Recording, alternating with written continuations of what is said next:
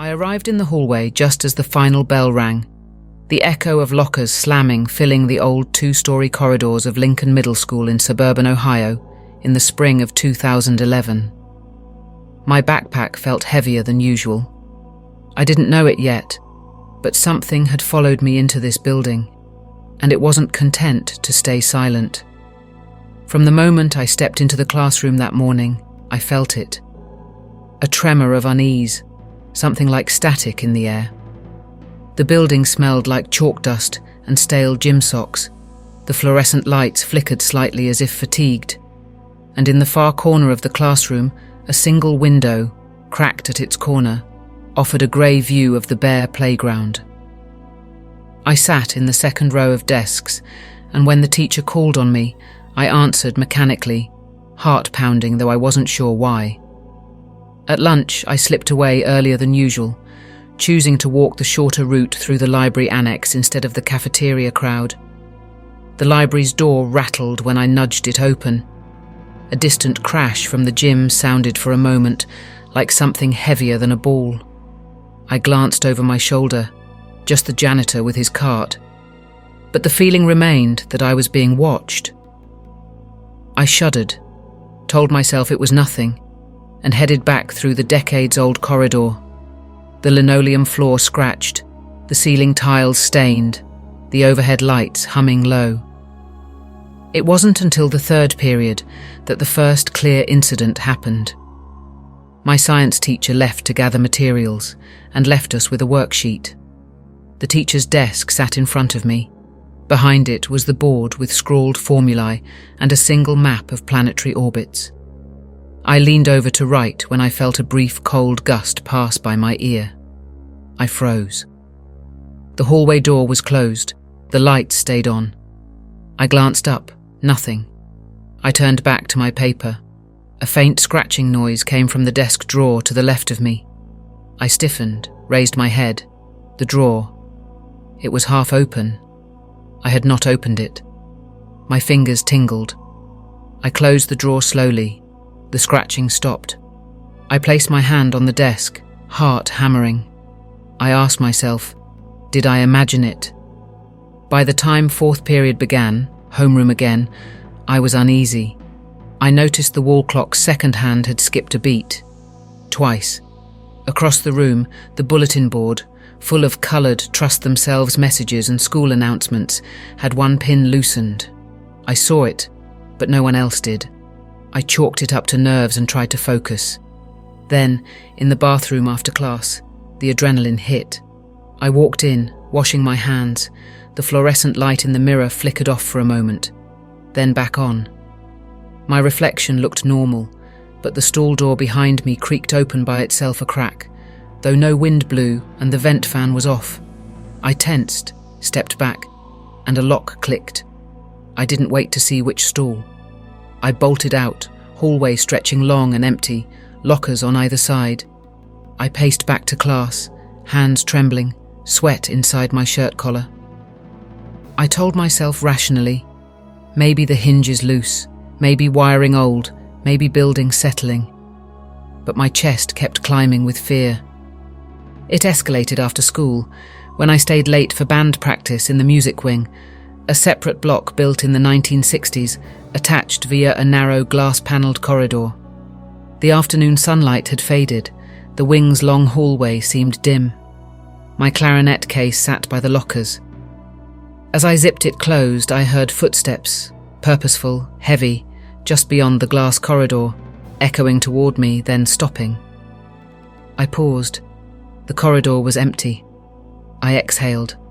I grabbed my case and walked out. In the glass reflection, I thought I saw someone standing behind me, half shrouded by the dusk, but when I turned, no one was there. I rushed to my bike rack outside, mounting my bike and pedalling away with heart in my throat. That night I lay in bed, body still racing. I tried to ignore it. I convinced myself I must be sleep anxious, school stress, middle school nonsense. But I could not erase the sense. Something followed me into Lincoln Middle School. 2 nights later, at about 9:30 p.m, I dreamed I was back in the old corridor. but it felt like memory. In the dream, I walked under buzzing lights. Shadows lengthened along the lockers. I was drawn toward the library annex door, open just a sliver. I pushed, walked in. The place was dark. Shelves towered. I heard a whisper, but when I flicked the light switch, nothing happened. I backed out, and the door slammed behind me. I woke up gasping, blanket tangled, time reading 11:57 p.m. I lay with the sound of my heart pounding. I told myself it was just a bad dream. The next morning at school, my unease returned instantly. I felt watched. I sat at lunch in the far end of the cafeteria, near a window scanning the room. The cafeteria, in the older wing of the school, had a high ceiling, the echo of chairs shifting, and a faint smell of pizza bread and bleach. I spotted the cleaner walking by, carrying his cart. He moved slowly, glance darting. When I looked away and back, he paused mid-step as if frozen. I blinked. He moved again. I felt a chill run down my spine. I looked at my tray, pushed it away. I ate one bite. The tray's edge scratched the table loudly. I froze and heard behind me a soft thump. A tray sliding off the table next to me. No voices, no movement. I turned. Empty seat. My throat tightened. Later that afternoon, during gym class, we were in the locker room changing after. I quickly pulled on my sweatshirt, but the locker door next to mine creaked open slowly by itself. I watched its blue steel door swing wide. My breath caught. I zipped up and left immediately before any teacher saw. In the corridor, footsteps again, running, pounding, not synchronized to any known student shift. I stopped, spun around. Nothing. My heart beat faster. The adrenaline shot. I reached the main entrance, the double glass doors, and forced my way out, breathing in the cool outside air. I told myself, I'm being paranoid. But the fear wouldn't release. That night I barely slept. At 3:14 a.m, I awoke to the sound of distant lockers slamming. Or maybe it was pipes, settling. I lay frozen. The sound repeated twice.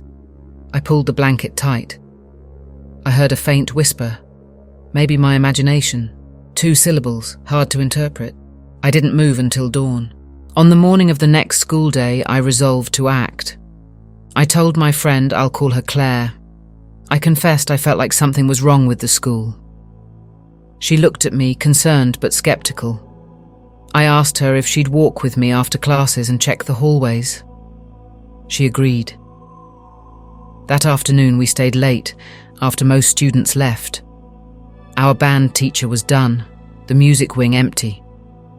We walked slowly through the glass-panelled corridor into the adjacent wing. The interior lights were on, but the corridor had a dull hum. The glass walls reflected our footsteps. Claire gripped her music folder. I shivered. At the far end, a door to the janitor's closet was slightly ajar. We exchanged glances, then approached. I pushed it open. It swayed, soft creak. Inside, just mops and supplies. But the floor inside that closet was damp, odd for the storage area. I shone my phone's flashlight and saw footprints in the water, a single pair of sneakers. The janitor closed that closet hours ago. The footprints led away into darkness of the storage hallway. My pulse spiked. Adrenaline rushed. I started down the hall. Claire stopped me, whispered, "We shouldn't." I nodded. We stepped back into the glass corridor and saw the door swing shut behind us. No wind. Claire gasped. I pulled her out. We fled back to the main exit, hearts pounding, our footsteps echoing. The next day, the principal announced an after-school meeting for locker room security and janitor assignments. Nothing about footprints or odd noises. That afternoon, I was scheduled to stay for art club until 5 o'clock. I sat in the art room in the older wing, the windows blind covered, the room quiet except for the scratch of pencils. At 4:45, the lights went out, just the art room lights, not the hallway. A wave of darkness fell. My classmates started murmuring. The teacher flicked switches. Nothing. Panicked, I grabbed my bag. I stood up. My chair scraped the floor. In that moment, I saw a figure at the threshold, a shadow in the hallway. I blinked. It was gone. I bolted out, ran through the corridor, heart pounding like drums, chest heaving. Outside the building, I gasped cold air. I cycled home as quickly as I could, adrenaline still racing. I told my mom I was sick. I barely ate dinner. I lay in bed, fully awake. The turning point came 2 days later. I had stayed late again, for the school play rehearsal in the auditorium wing. The building was silent, the seats stacked, stage lights off. I walked down the back corridor toward the stage entrance, walls echoing with memory of previous performances. My phone's battery died. I nearly cursed silently. I stepped into the stage door. It swung closed behind me. The corridor lights were dim, emergency strips only. I heard behind me a click. I turned, door handle moving. The door banged shut suddenly, making me jolt. I tried to open it, locked. Panic rose. I pounded the door, no response. I exhaled hard, wiped sweat from my forehead. I turned toward the stage room and walked in, pausing. The stage was dark, curtains drawn. I heard above me the faint tick-tick of the auditorium clock. The seats in front of me glowed faintly from emergency exit lights. I heard a muffled whisper from the audience pit. I froze, stepping back. Silence. I stepped forward again. My bag slipped from my hand, hitting the floor with a thud. The thud echoed far too long. I bent to pick it up. As I rose, I saw 2 lighted shapes at the far end of the auditorium, in the darkness of the seating tiers, 2 glowing eyes. I gasped and ducked behind a row of chairs. I held my breath, hearing my own heart thumping in my ears. After a minute, I dared to peek, and the shapes were gone. I bolted toward the exit door, fumbling the handle. It opened. I ran the long hallway, adrenaline scrambling my legs. I hit the main exit and burst outside, taking huge gulps of night air, trying to chase away the pounding in my chest. I pedaled home and didn't stop until I reached my driveway. The next morning, I walked into the school with resolve. I told the guidance counselor I felt unsafe, that something strange was happening. She offered to call the principal. She called him. Within the hour, 2 administrators walked with me through the corridor from the music wing to the auditorium. We found the janitor's closet door and noted it again ajar. We found one of the locker room doors loose. We found the power panel in the art wing hallway had a cover ajar. Items that should have been locked were not. The administrators promised to inspect and increase supervision. For the first time, I felt someone believed me. That night I slept fitfully. I lay waiting. At 2:46 a.m., I awoke. The distant sound of chairs scraping echoed in my ears. I lay still. It faded. I closed my eyes again and drifted into fitful sleep. The next week passed without incident. The hallways felt the same, but the cold tremor in the air had loosened its grip. Days passed. The janitor locked the corridor doors after hours. The art teacher checked the lights. The principal mounted cameras in the glass corridor. I stopped pacing at night. I stopped checking behind me. The fear gradually retreated. I still get chills occasionally when I think of those halls. But the pounding has slowed. A few days ago, driving past the school, I paused, memory stirring. The quiet of the corridor, the flickering lights, the footprints in the damp closet, the locked door in the auditorium, the glowing shapes in the dark seats. I parked, stared at the old building from the outside, its bricks faded, windows reflecting afternoon sunshine. I remembered how real it had felt, the adrenaline, the terror, and how I had walked out each day alive, determined. I never found a rational explanation for every sound, every door creak, every glimpse. Maybe wiring old, maybe HVAC ducts, maybe shadows of my own mind. but none of that mattered. What mattered was, I felt something real, and I walked away,